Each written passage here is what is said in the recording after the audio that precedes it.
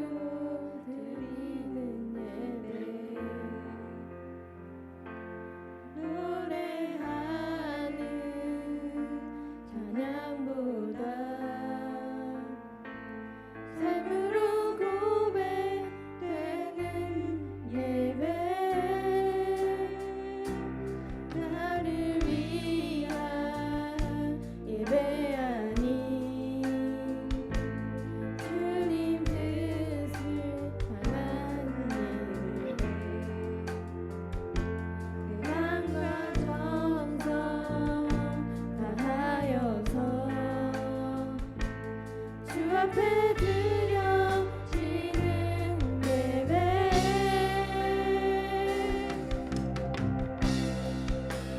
주 앞에 엎드려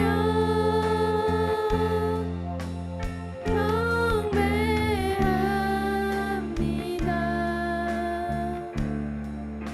온전한 예배 내 맘의 예배 모든 것 받기 합당하신 분 주 앞에 엎드려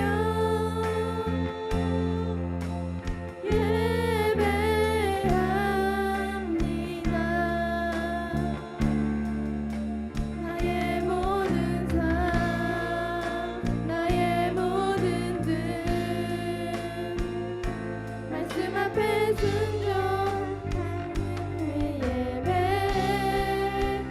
드리기 원하네.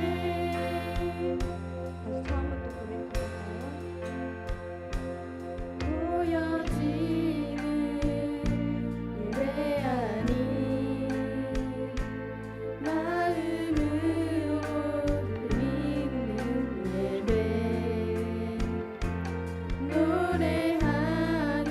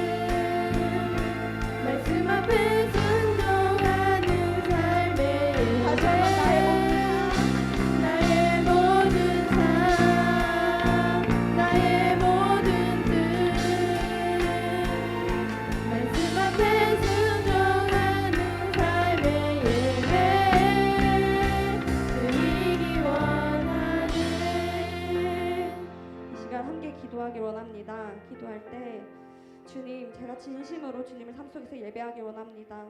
또한 주님을 진심으로 경외하기 원합니다라고 이 시간 다 함께 기도하기 원합니다. 기도하시겠습니다. 살아가는 감사합니다. 주님을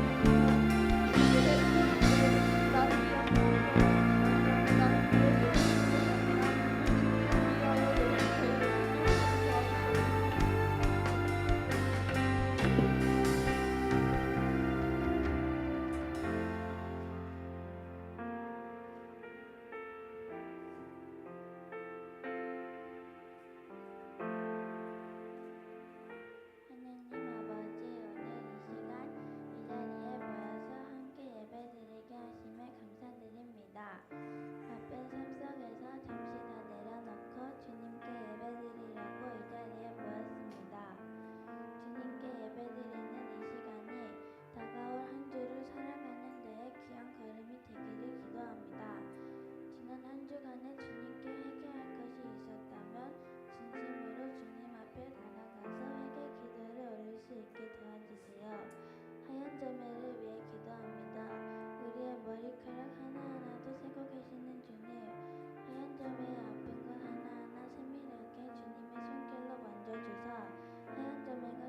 주님을 사모하고 주님을 예배하는 저희가 회개를 도와주시고 삶 속에서 매 순간마다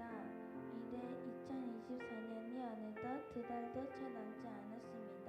1년간 저희 피플리 공동체 한 명 한 명에게 은혜를 베풀어 주시고 건강이라는 축복을 주셔서 감사합니다. 박예천 목사님을 위해 기도합니다. 주님의 크신 은혜 안에서 박예천 목사님께 귀한 하나님의 말씀 한마디 한마디를 전해주시고 그 말씀으로 피플리 공동체의 말씀의 기도에 은혜게 해주세요. 예수님 이름으로 기도드립니다. 감사합니다. 우리가 오늘 함께 살펴볼 하나님의 말씀은 요한계시록 10장 1절에서 11절 말씀입니다. 요한계시록 10장 1절에서 11절 말씀 우리 같이 합독하였으면 좋겠습니다. 요한계시록 10장 1절에서 11절 말씀입니다. 계시록 10장 1절에서 11절 다 찾으신 줄로 믿고 우리 같이 합독하도록 하겠습니다. 시작. 내가 또 보니 힘센 다른 천사가 구름을 입고 하늘에서 내려오는데 그 머리 위에 무지개가 있고 그 얼굴은 해 같고 그 발은 불기둥 같으며 그 손에는 펴놓인 작은 두루마리를 들고 그 오른발은 바다를 밟고 왼발은 땅을 밟고 사자가 부르짖는 것 같이 큰 소리로 외치니 그가 외칠 때에 일곱 우레가 그 소리를 내어 말하더라. 일곱 우레가 말을 할 때에 내가 기록하려고 하다가 곧 들으니 하늘에서 소리가 나서 말하기를 일곱 우레가 말한 것을 임봉하고 기록하지 말라 하더라.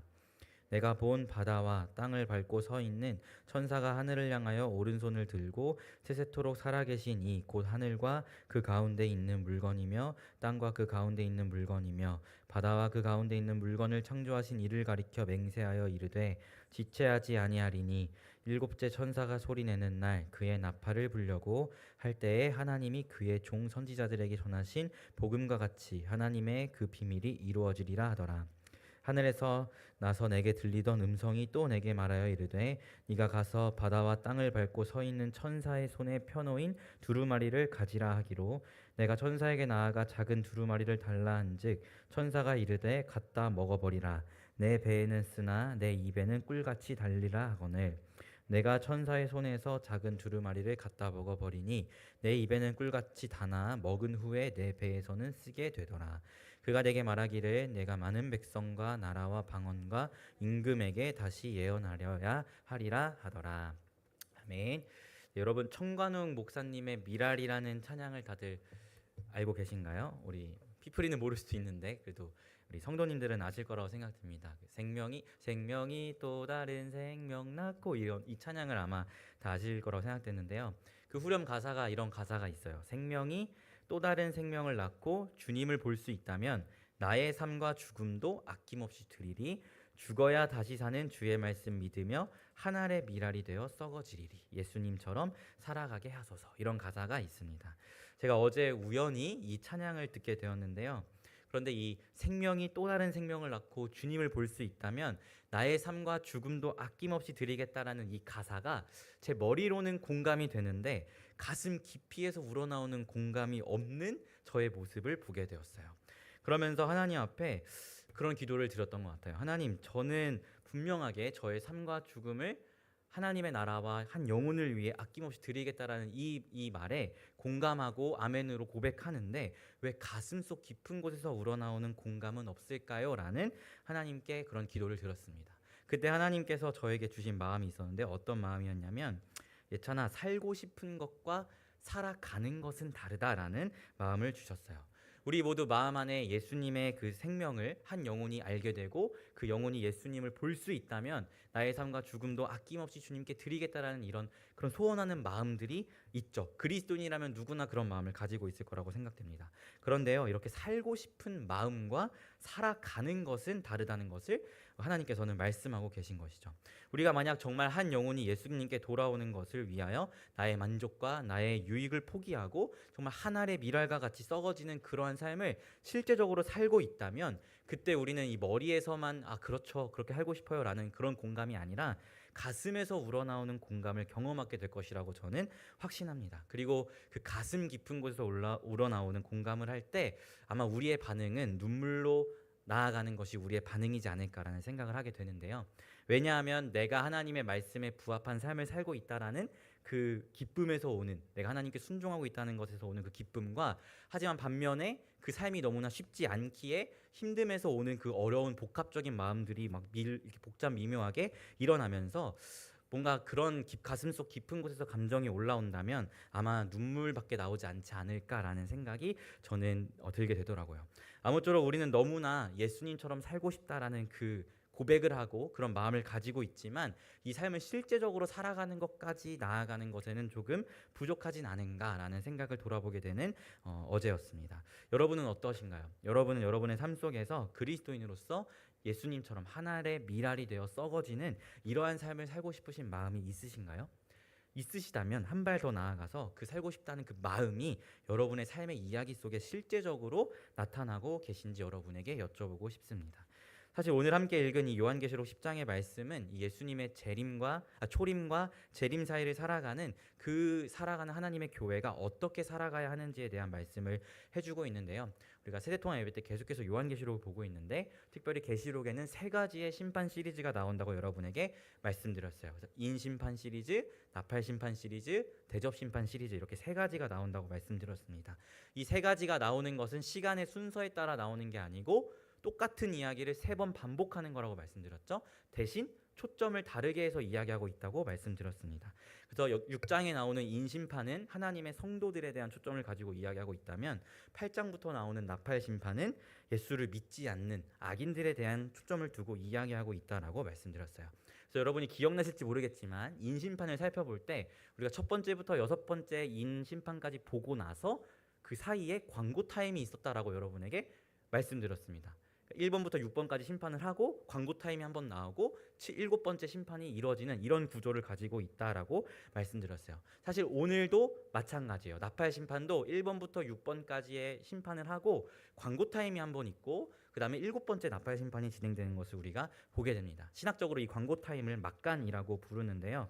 오늘 우리가 살펴본 요한계시록 10장과 11장 13절까지의 이 말씀들이 나팔 심판에 있어서 광고 타임과 같은 역할을 합니다.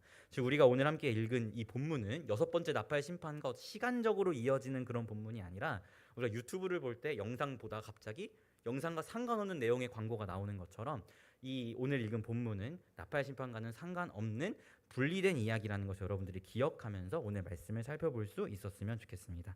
우리 한번 10장 1절 말씀 같이 읽어봤으면 좋겠어요. 우리 나팔 심판에 삽입되어 있는 막간 광고 타임입니다. 우리 10장 1절 같이 읽을게요. 시작. 내가 또 보니 힘센 다른 천사가 구름을 입고 하늘에서 내려오는데 그 머리 위에 무지개가 있고 그 얼굴은 해 같고 그 발은 불기둥 같으며.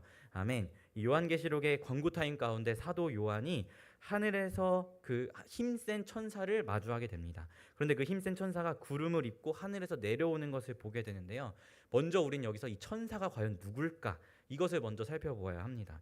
이 천사를 표현하는 몇 가지 표현들이 있는데 구름을 입고 있고 무지개가 그 머리에 쓰여져 있고 얼굴은 해 같고 발은 불기둥 같고 또 3절을 보면 사자가 부르짖는 것 같다라는 표현을 하고 있어요.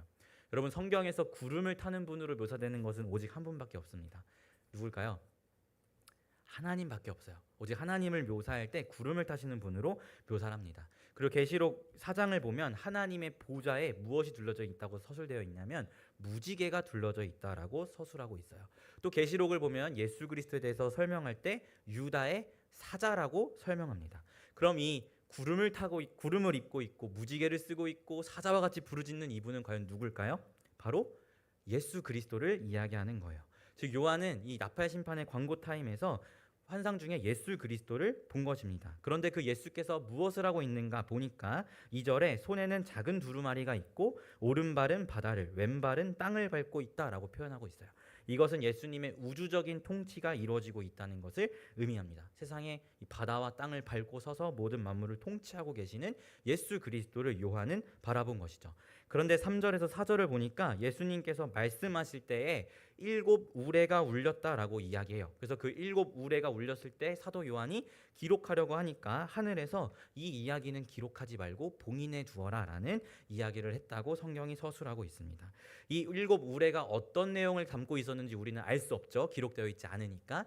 하지만 우리는 어떤 내용이었을지 유추할 수는 있는데요. 우리 한번 3절 말씀 같이 읽어볼게요. 7 우레가 어떤 내용이었을지 유추할 수 있는 말씀입니다. 3절 같이 읽어볼게요. 시작. 사자가 부르짖는 것 같이 큰 소리로 외치니 그가 외칠 때 7 우레가 그 소리를 내어 말하더라. 아멘. 뭐라고 이야기합니까? 7 우레가 그 소리를 말하여 내었다라고 이야기하고 있어요. 그 소리라는 말, 여기 정관사가 붙어 있죠.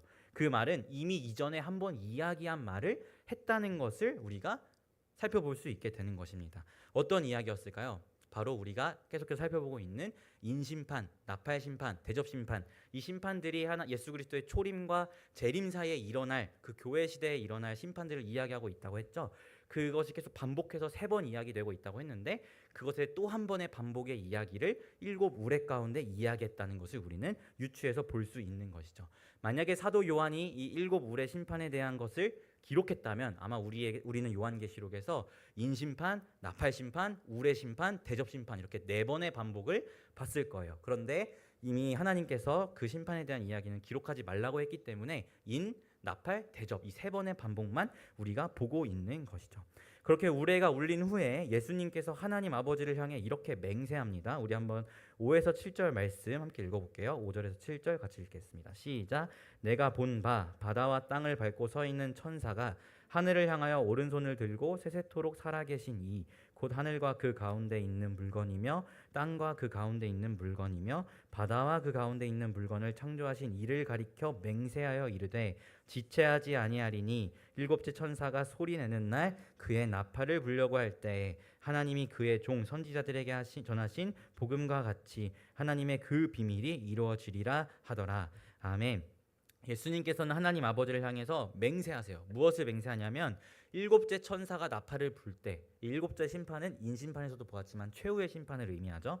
이 최후의 심판의 때에 지체하지 않고 심판하겠다라는 맹세를 하나님께 행하십니다. 지금까지 우리가 계시록 안에서 보았을 때, 이 6번째 나팔까지 보았을 때 하나님께서 악인들을 심판하시지만 그 심판의 내용이 국한되어 있었어요. 그래서 그들을 세상의 미혹을 통해서 하나님을 더 떠나게 만들고 세상에 또 여러 가지 거짓된 선지자들을 통해서 하나님을 멀리하는 방법으로 그들을 심판하셨는데 그들에 대한 모든 이들에 대한 심판을 최후의 심판 때 지체하지 않고 행하겠다고 예수님께서 맹세하심을 우리가 보게 됩니다. 우리는 사실 이 최후의 심판 이전을 살아가고 있는 사람들이죠.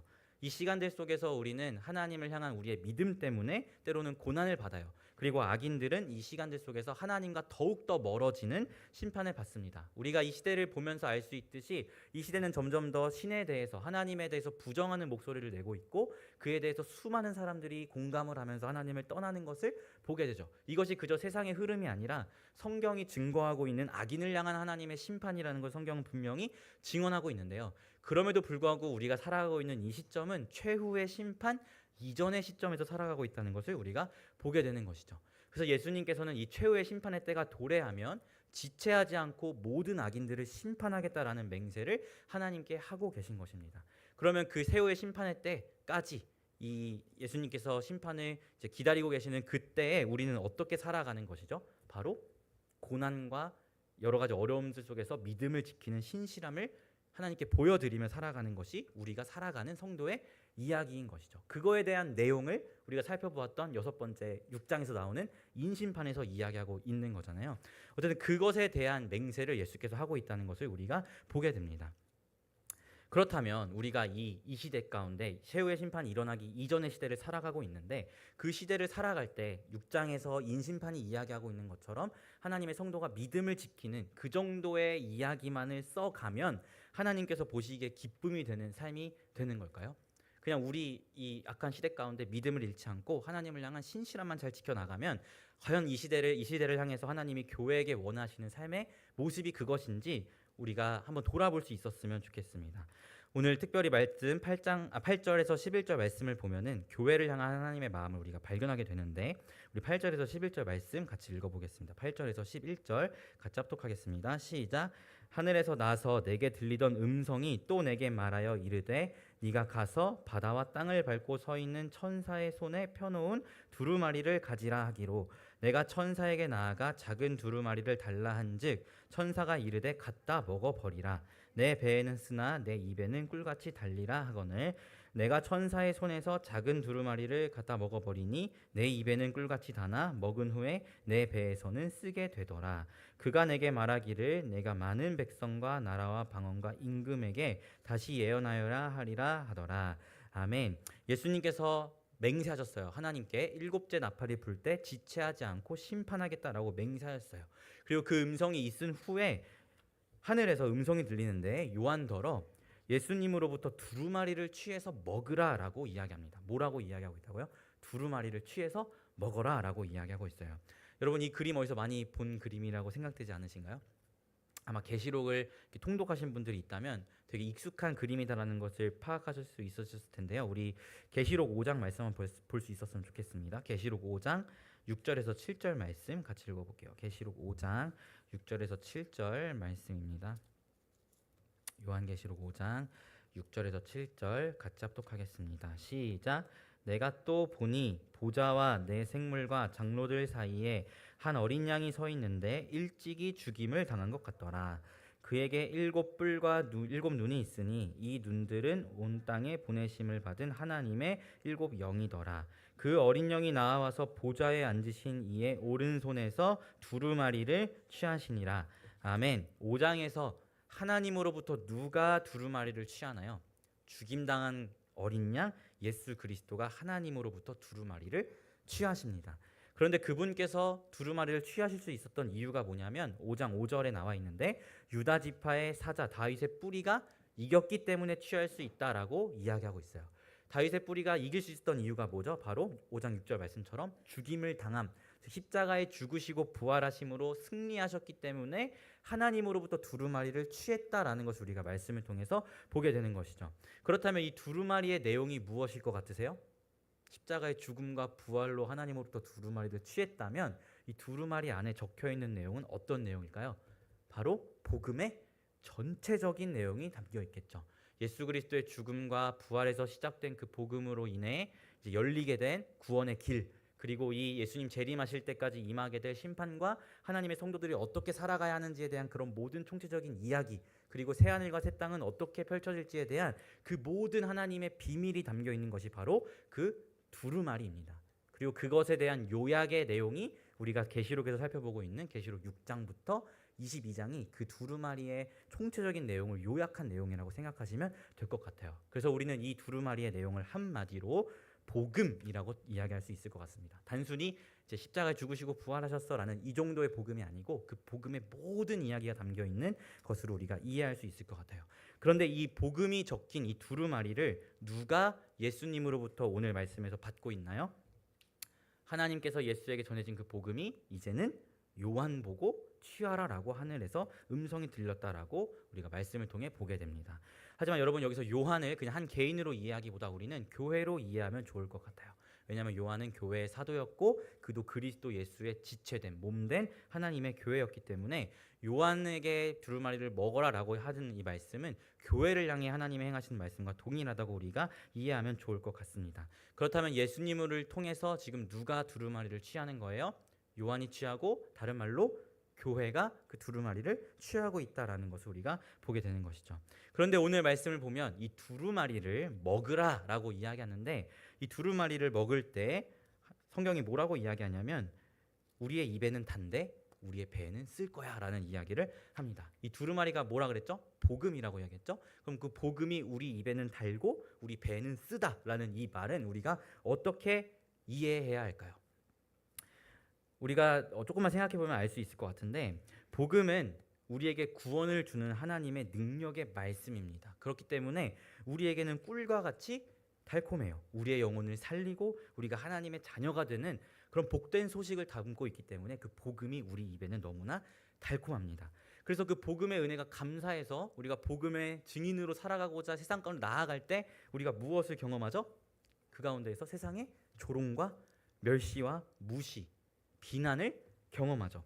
나의 입에는 너무나 달콤했는데 그 복음을 내가 소화시켜서 세상에 증거하니까 그 달콤함이 다가오는 것이 아니고 세상의 무시와 조롱과 멸시라는 쓰라림이 우리에게 다가온다는 거예요. 그것이 오늘 하나님께서 말씀을 통해 요한에게 두루마리를 먹어라, 너의 입에는 달지만 너의 배에는 쓸 것이다 라는 그 말씀의 의미라는 것을 우리가 보게 됩니다. 하나님은 예수님께서 지체하지 않고 심판하실 그때가 도래할 때까지 우리에게 복음을 맡기시면서 이것을 먹어라 라고 말씀하고 계신 거예요. 그 복음을 너희 입에 머금으면서 달콤함만 느끼지 말고 복음을 씹어 삼켜서 그 복음의 쓰라림도 경험해야 한다고 하나님께서는 말씀하고 계신 것입니다. 여러분, 우리가 복음을 입에 머금을 때 그 복음의 달콤함의 비밀이 어디 있는데요? 죽임당한 어린 양 예수 그리스도의 고난이 있기 때문에 복음이 우리에게 달콤한 거잖아요. 이것이 복음의 정말 신비고 아이러니인 거거든요. 그런데 그 복음의 달콤함을 너희만 누리지 말고 씹어 삼켜서 그 복음의 쓰라림도 경험할 것을 하나님께서 말씀하고 계신 것이죠. 사랑하는 성도 여러분, 여러분은 하나님이 여러분에게 허락하신 이 두루마리, 이 복음을 입에 머금고만 계십니까?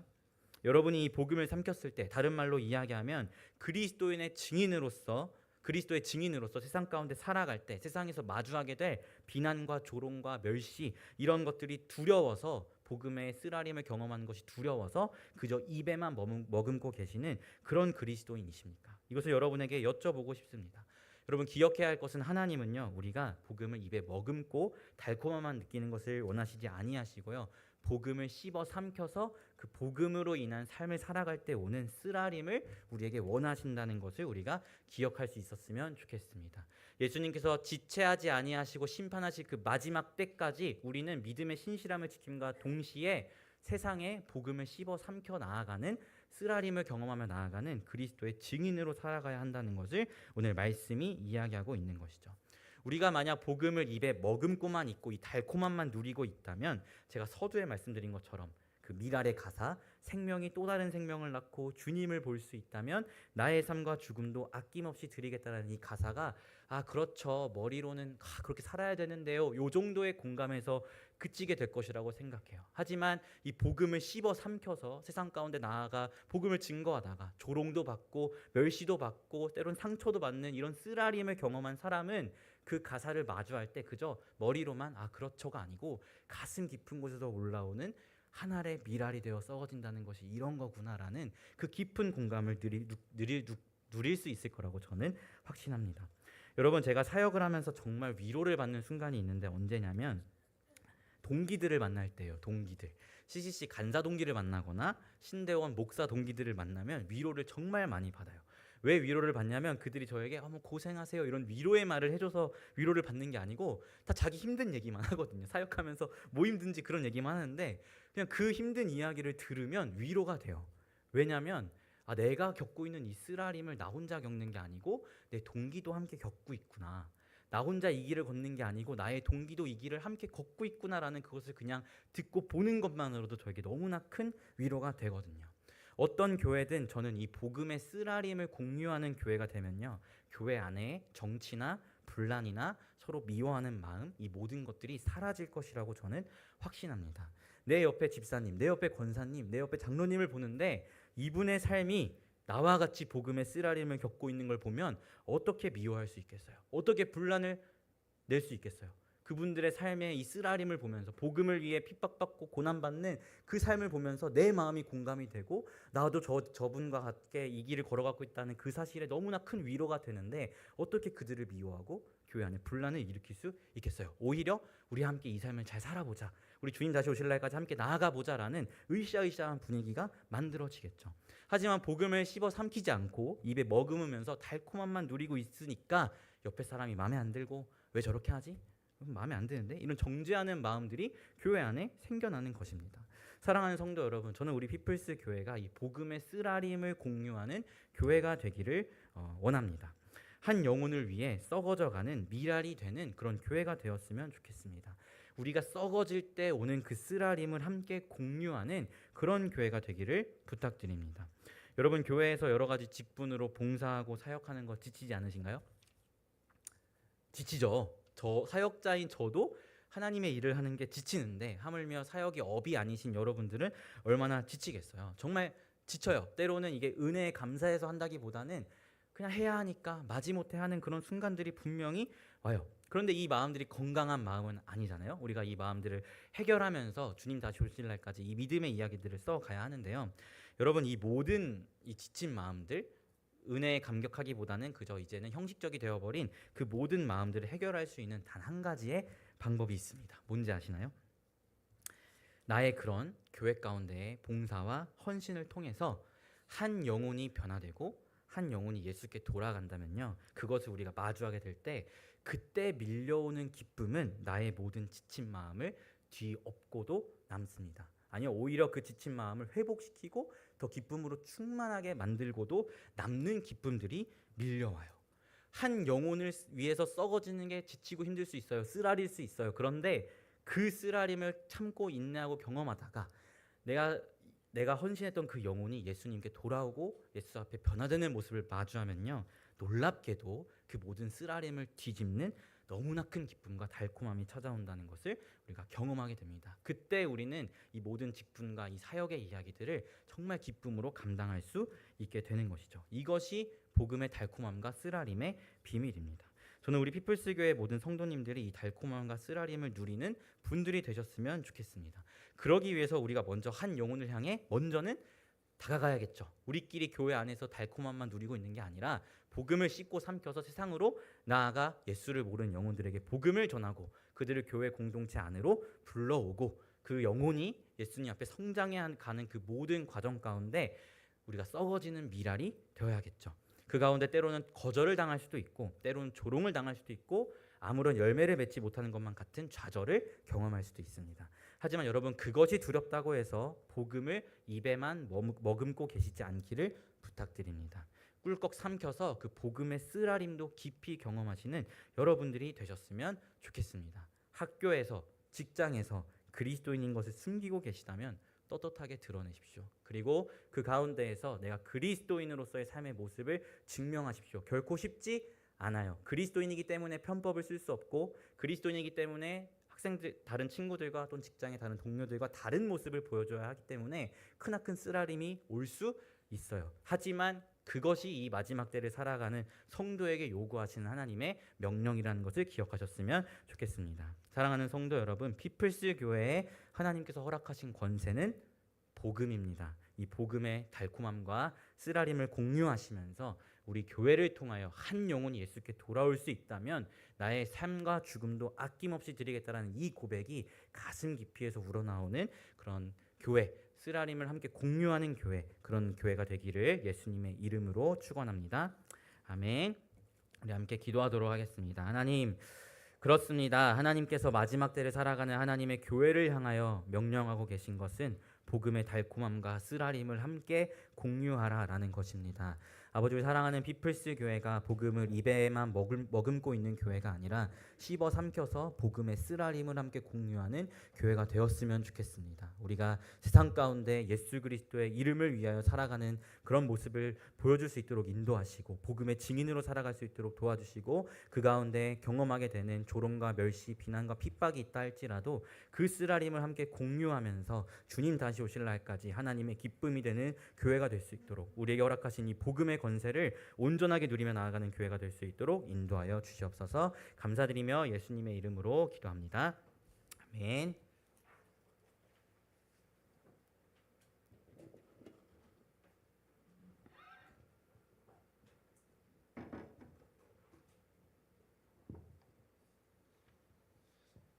이 시간 내가 주인 삼은 찬양 함께 부르겠습니다.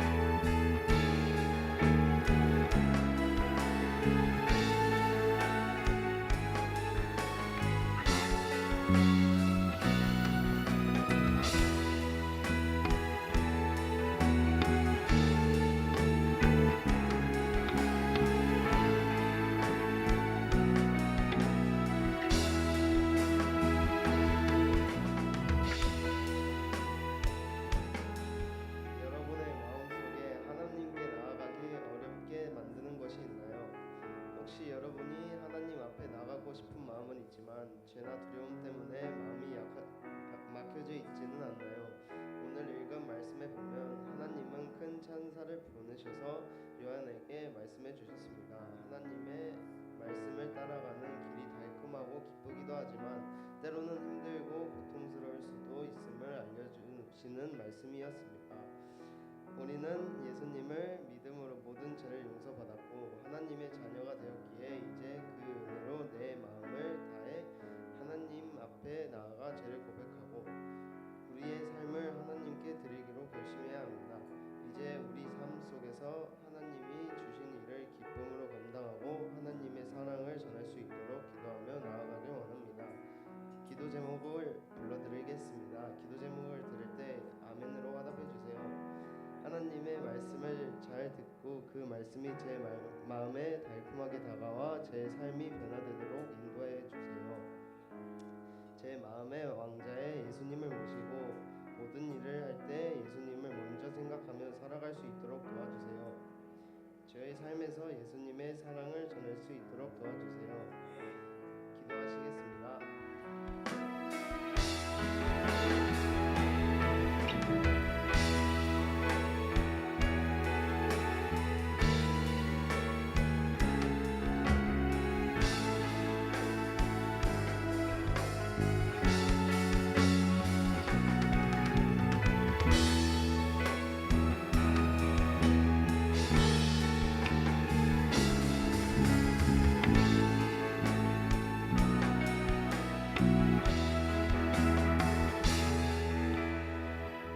주님은 우리에게 서로 사랑하라고 하셨습니다.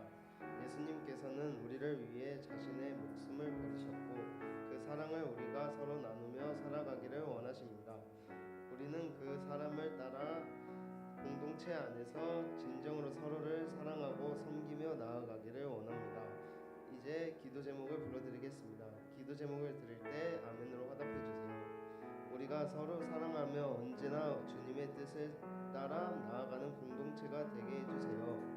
우리 피프리가 주님을 기쁘게 하는 공동체가 되기를 소망합니다. 하연이를 위해 기도합니다. 하연이가 속히 회복되어 함께 예배의 자리에 나와 예배 드릴 수 있게 해주세요. 기도하겠습니다.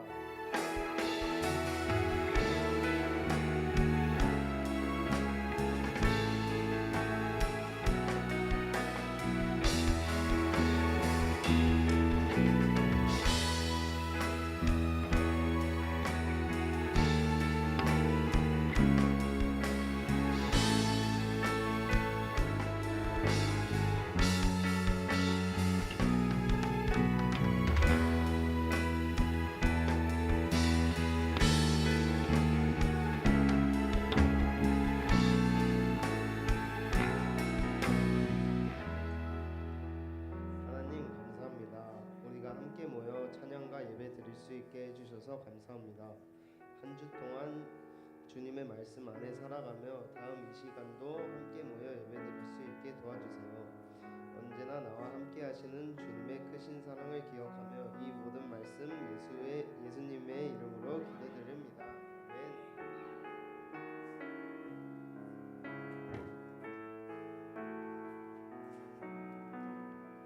시간은 우리의 찬양 받기 합당하신 주님께 헌금 올려드리는 시간입니다.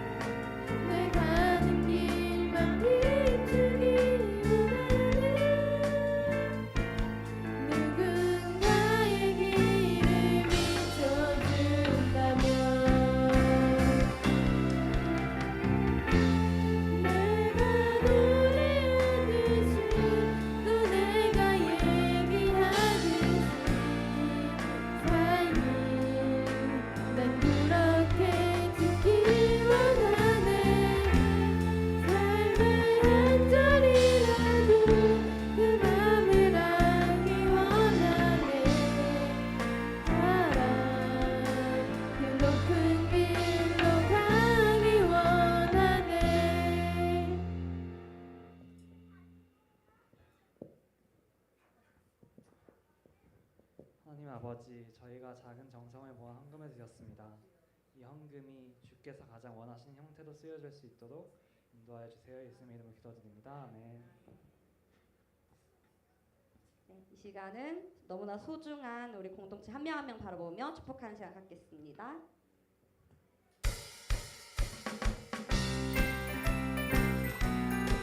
서로를 사랑스러운 눈으로 바라보면서 함께 축복해 볼까요?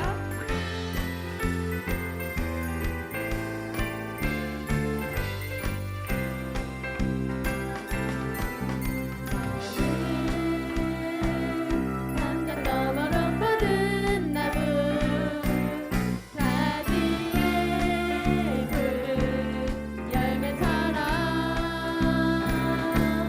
하나님의 귀한 축복이 삶에 가득히 넘쳐날 거야. 너는 어떤 시련이 와도 능히 이겨낼 강한 팔이 있어. 전능하신 하나님께서 너와 언제나 함께 하시니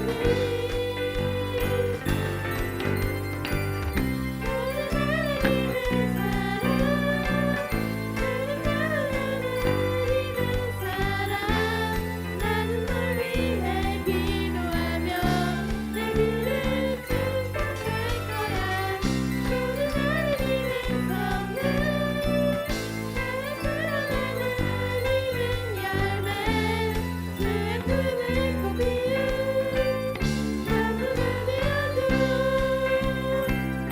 이 시간 생일인 친구가 있는데 나와서 보는 이 우리 다시 한번 너는 나는 하나님의 사랑, 하나님의 사랑. 나는 널 위해 기도하며 내 길을 축복할 거야. 너는 하나님의 선물, 사랑하는 하나님의 열매, 주의 품에 꼭 비운 나무가 되어줘. 생일 축하해 보은아. 축복합니다. 네, 축하드려요.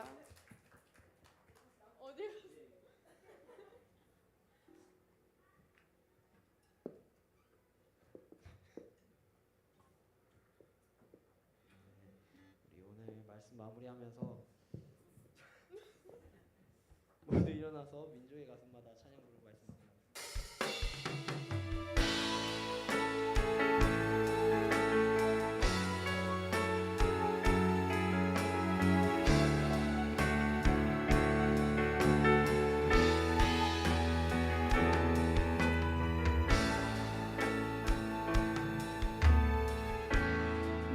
민족의 가슴마다 피 묻은 그리스도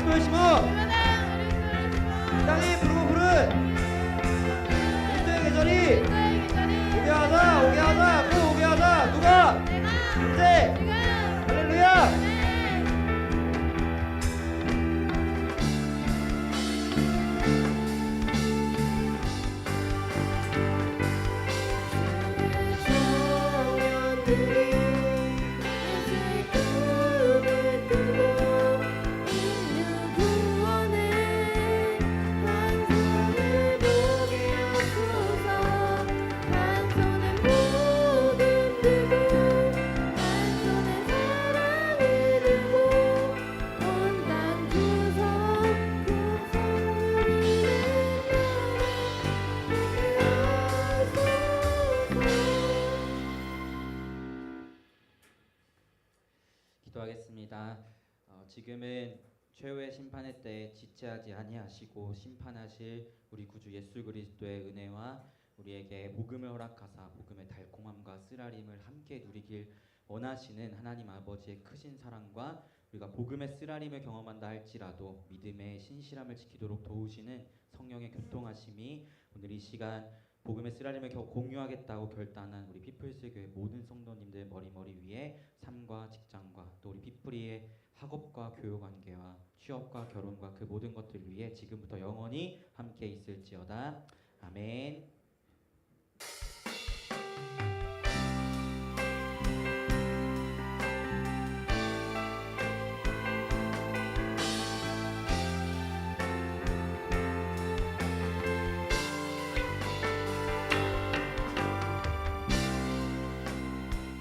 네, 모두 함께 예배 주셔서 감사합니다. 우리 한 주도 화이팅 하시고 다음 주에 함께 예배할 수 있었으면 좋겠습니다. 모두 고생하셨습니다.